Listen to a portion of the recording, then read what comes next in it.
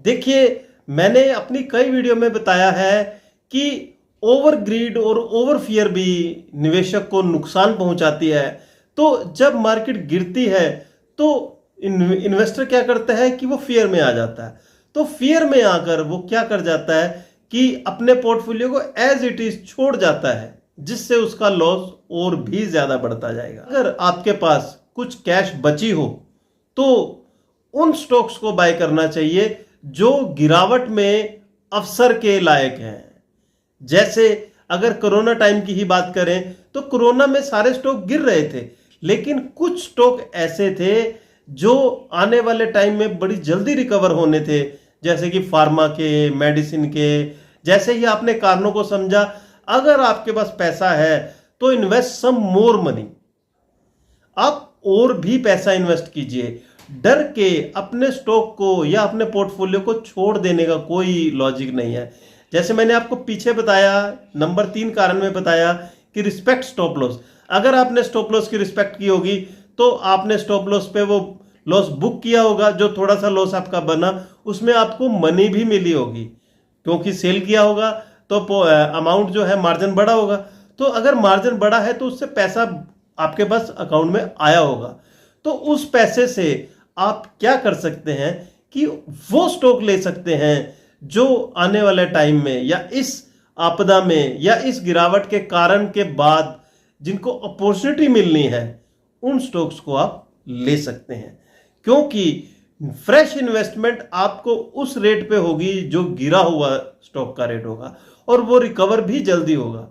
तो यहां पे मैंने अपनी कई वीडियो में आपको बताया है कि कौन सा स्टॉक लेना चाहिए गिरी मार्केट में। तो इसके लिए हमेशा एक ही चीज ध्यान में रखना, जो मैंने अपनी पहली वीडियो से लास्ट वीडियो तक आपको बताया है, कि गिरती मार्केट में सिर्फ वही स्टॉक लेना जिस एक क्वेश्चन का आंसर आप खुद समझ पाओ। अपने आप से एक क्वेश्चन पूछना कि मैं वो स्टॉक लूं कि जब मार्केट चलेगी तो क्या मेरा स्टॉक चलेगा। अगर गिरती मार्केट से जैसे ही वहां पे बॉटम बनेगा तो सबसे पहले वही स्टॉक चलेंगे जो इस आपदा में अवसर होंगे। तो इसीलिए आपने अपने आप से हमेशा ये क्वेश्चन पूछना है। मैंने जैसे आपको चौथे कारण में बताया कि इन्वेस्ट सम मोर मनी। ठीक है, आपके पास अगर और पैसा है तो थोड़ा सा और पैसा लगाइए और स्टेप में पैसा लगाइए, एवरेज बाइंग कीजिए। जो अच्छे स्टॉक है उसमें एवरेज बाइंग बहुत जरूरी होती है। अगर आपने एवरेज बाइंग नहीं करी और अपने पोर्टफोलियो को एज इट इज छोड़ दिया तो आपको इसमें ज्यादा फायदा नहीं होने वाला। क्या होगा कि जब दोबारा आपके रेट आएंगे, हो सकता है वो 2 साल बाद आए, 1 साल बाद आए, इससे क्या होगा कि आपका पैसा स्टक हो जाएगा। एक बार जब पैसा स्टक हो जाता है आदमी का दिल टूट जाता है और उसके बाद उसका काम करने का जो चार्म होता है मार्केट में वो खत्म हो जाता है। तो स्टॉक पोर्टफोलियो की चर्निंग कीजिए, पोर्टफोलियो में देखिए, उसको एनालाइज कीजिए और जहां पे जरूरत है वहां पे और पैसा लगाइए। अब कई इन्वेस्टर कहते हैं कि हम तो फुल्ली इन्वेस्टेड हो चुके हैं, अब हम नया पैसा कहां से लाए, हमने स्टॉप लॉस का भी ध्यान नहीं रखा। मैं उनको कहता हूं कि यार अब ये स्टॉक ले लो, ये रेट नीचे आ गया है। यही तुम्हें अगर एक जियो फाइनेंस की बात करूं, लोग 400 रुपए पे लेने को मरे जा रहे थे, और अभी पीछे कुछ टाइम पहले जब अक्टूबर में मार्केट गिरी है 2024 में, तो उस टाइम पे ये जियो 198 रुपए आ गया था। तो मैंने उनको कहा कि जियो ले लो, तो कह रहे जी पैसा नहीं है। तो आप फुली इन्वेस्टेड कैसे हो सकते हैं? मतलब मैं बड़ा सरप्राइज होता हूं इस बात के लिए कि कैसे एक इन्वेस्टर कहता है कि मैं और पैसे नहीं है, यानी कि वो इन्वेस्ट करने के बेसिक रूल को ही नहीं समझ रहा है। क्या आपने सारा का सारा पैसा ही इन्वेस्ट कर दिया होता है मार्केट में? ऐसा कभी नहीं होता। आप एक बिजनेस कर रहे हैं, एक, जब मैं कह रहा हूं कि मार्केट एक सट्टा नहीं है, एक फुल फ्लैज बिजनेस है।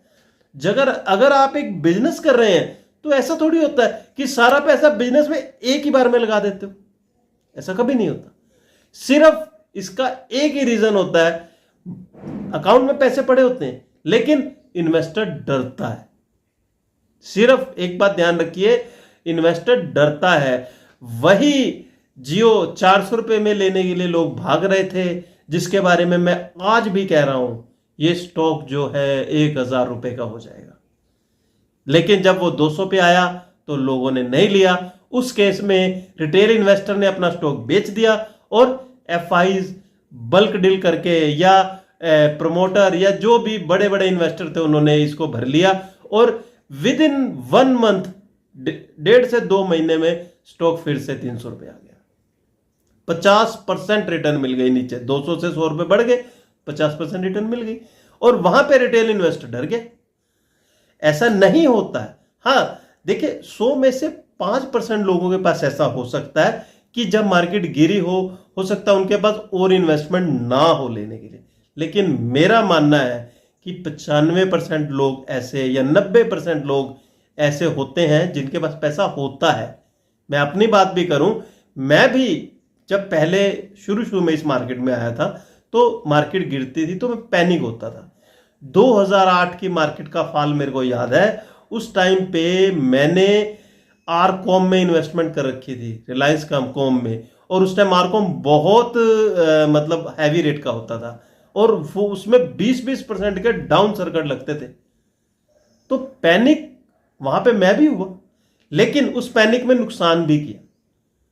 और उसके बाद जब मार्केट कुछ टाइम बाद रिवाइव हुई तो फिर सिर्फ अफसोस के अलावा मेरे पास कुछ नहीं बचा कि ओहो यार ना बेचता, आज वो रेट आ गए, उससे भी ऊपर चले गए, निफ्टी भी ऊपर चलेगी, सारा कुछ ऊपर चला गया। तो फुल्ली इन्वेस्टेड नहीं होता। अच्छा, उस टाइम मेरे पास पैसे भी थे और लगाने के लिए, बट वही है फियर, ओवर फियर, जैसे ओवर ग्रिड होती है ऐसे ओवर फियर। तो ओवर फियर में क्या होता है, गिरती मार्केट में जो इन्वेस्टर होते हैं वो डर जाते हैं और जो उस टाइम पे हिम्मत कर जाते हैं, कहते हैं ना डर के आगे ही जीत है। गला सबका सूखता है, डर सबको लगता है, लेकिन डर के आगे भी जीत है।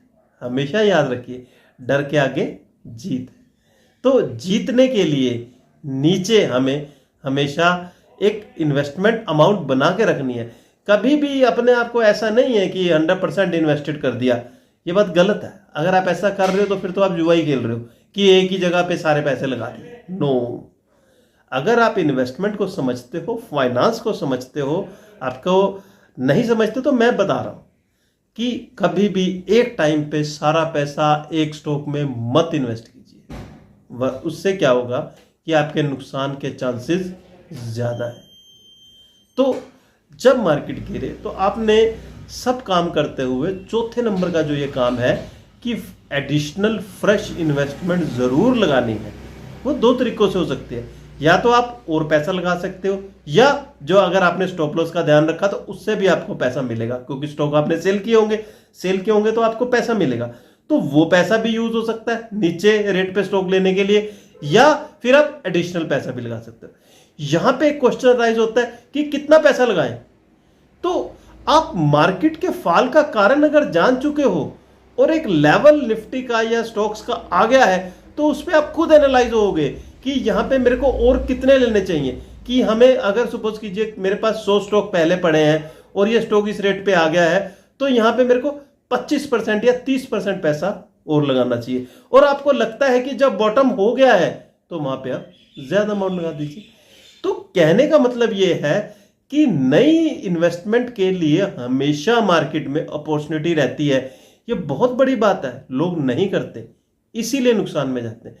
अब वही टाटा मोटर जब गिरा था तो कोरोना में 80 रुपए आया था और आज टाटा मोटर 1200 रुपए तक भी गया। जब 80 रुपए था तो लोग कहते थे कि यह टाटा मोटर कंपनी बंद हो जाएगी, इतनी नेगेटिव न्यूज आती थी, लोग डरते थे। लेकिन क्या हुआ, सारा माल कौन खा गया? फॉरेन इन्वेस्टर खा गए, एचएनआईज खा गए, या प्रमोटर ले गए, या बड़े बड़े जो मछलियां थी वो खा गई। छोटा इन्वेस्टर तो डर में ही रह गए और वो ले नहीं पाया। वही 80 रुपए का स्टॉक जो है वो 1200 रुपए हो गए।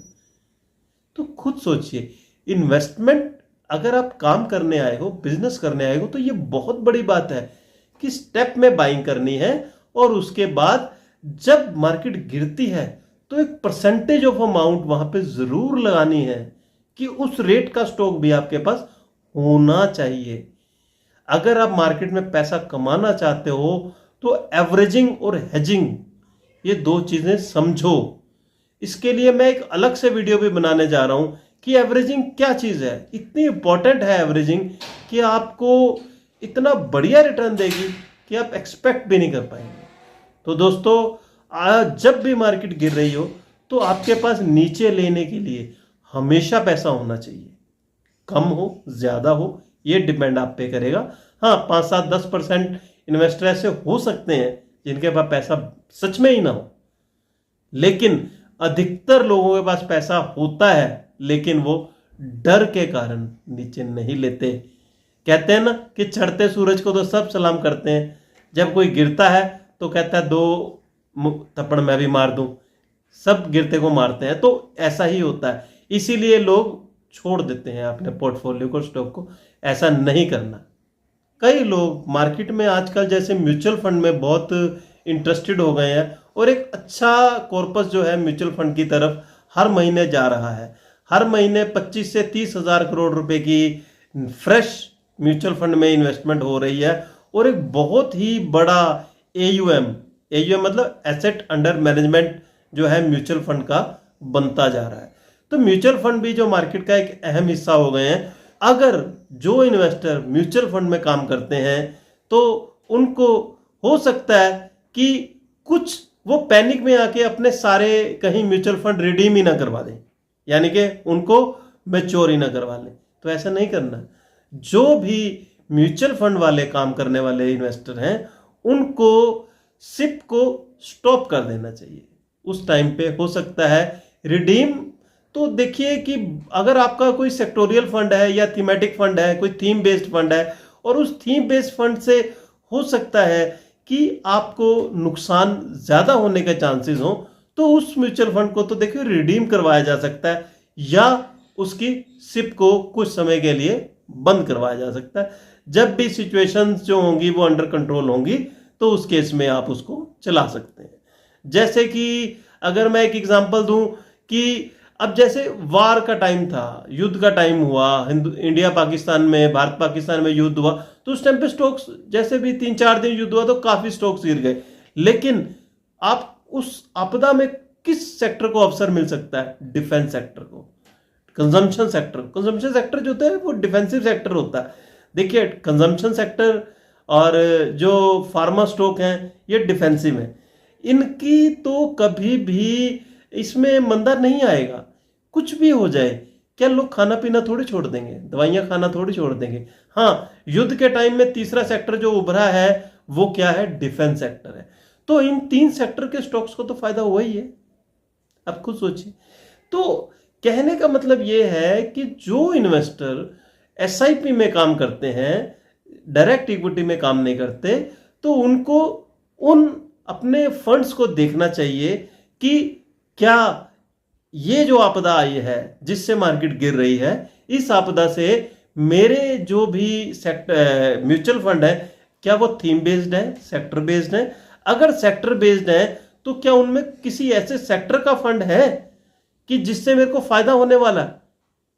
तो उस केस में आप उसमें इन्वेस्टमेंट बढ़ा सकते हैं और जिससे आपको नुकसान होने वाला है उसमें, उस सेक्टर में या उस थीम बेस्ड फंड में आप मैच्योर भी करवा सकते हैं, या जिसमें नुकसान होने वाला है तो उसको आप कुछ समय के लिए रोक भी सकते हैं ताकि आपका ऐसे गिरती मार्केट में वो नीचे ना आ जाए। आम इंसान कुछ रोक तो नहीं सकता। अब युद्ध हो रहा है, बाढ़ आ रही है, सुनामी है या कुछ भी हुआ है, उसमें हम एक रिटेल इन्वेस्टर उसमें कुछ नहीं कर सकते। वो तो प्राकृतिक आपदाएं हैं या पॉलिटिकल कुछ उसमें दिक्कतें हैं। देखिए, जो अर्निंग होती है वो नुकसान कम करने को भी तो अर्निंग ही कहा जाता है। अगर सपोज कीजिए कहीं आपके 200 रुपये जाने थे और आपके अगर 40 रुपये जाने से जान छूट जाती है तो 160 रुपये आपने बचाए ही हैं, वरना क्या होता? ये 200 के 200 चले जाते। तो दोस्तों, उम्मीद है आपको इस वीडियो से कुछ ना कुछ तो मिला होगा, कुछ ना कुछ आपके ज्ञान में वृद्धि हुई होगी। तो इसी आशा के साथ कि आप इस वीडियो को लाइक करेंगे, शेयर करेंगे और नए व्यूवर्स मेरे चैनल को सब्सक्राइब करेंगे तो मुझे अच्छा लगेगा। तो आपसे विदा लेता हूँ, मिलूंगा एक बहुत ही बढ़िया टॉपिक के साथ आपको नेक्स्ट वीडियो में। Happy investing.